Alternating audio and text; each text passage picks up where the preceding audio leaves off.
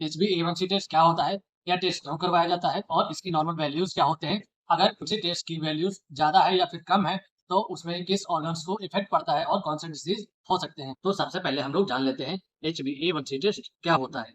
HbA1c test एक प्रकार का ब्लड टेस्ट होता है जिसमें HbA1c यानी ग्लाइकेटेड हीमोग्लोबिन जो कि आरबीसी की सतह पर पाया जाता है। जब ग्लाइकेटेड हीमोग्लोबिन यानी कि HbA1c आरबीसी से जुड़ता है तब HbA1c यानी कि ग्लाइकेटेड हीमोग्लोबिन का निर्माण होता है। अब बात कर लेते हैं HbA1c टेस्ट क्यों कराया जाता है। HbA1c टेस्ट जिसे ग्लाइकेटेड हीमोग्लोबिन भी कहा जाता है। HbA1c टेस्ट ब्लड में मौजूद पुरानी 3 मंथ शुगर का पता लगाने के लिए कराया जाता है। अब बात कर लेते हैं इसके नॉर्मल वैल्यूज के बारे में। HbA1c की नॉर्मल वैल्यूज क्या होती हैं।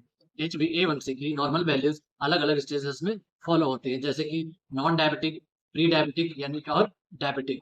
तो सबसे पहले हम लोग बात कर लेते हैं नॉन डायबिटिक। नॉन डायबिटिक अगर वैल्यूज 5.7 से कम है तो उसे हम नॉन डायबिटिक कहते हैं। अब बात कर लेते हैं प्री डायबिटिक। प्री डायबिटिक अगर वैल्यूज 5.7 से 6.5 के बीच में है तो उसे हम प्री डायबिटिक कहते हैं। अब बात कर लेते हैं डायबिटिक। अगर वैल्यू 6.5 से ऊपर है तो उसे हम डायबिटिक मानते हैं। अब बात कर लेते हैं अगर HbA1c टेस्ट की वैल्यू 3.5 से कम है यानी कि लो है, लोअर साइड में है, तो उस कंडीशंस में आपको लीवर डिसीज, ग्लूकोमा, हीमोग्लोबिनोपैथी या फिर ब्लीडिंग जैसी समस्याएं हो सकती हैं।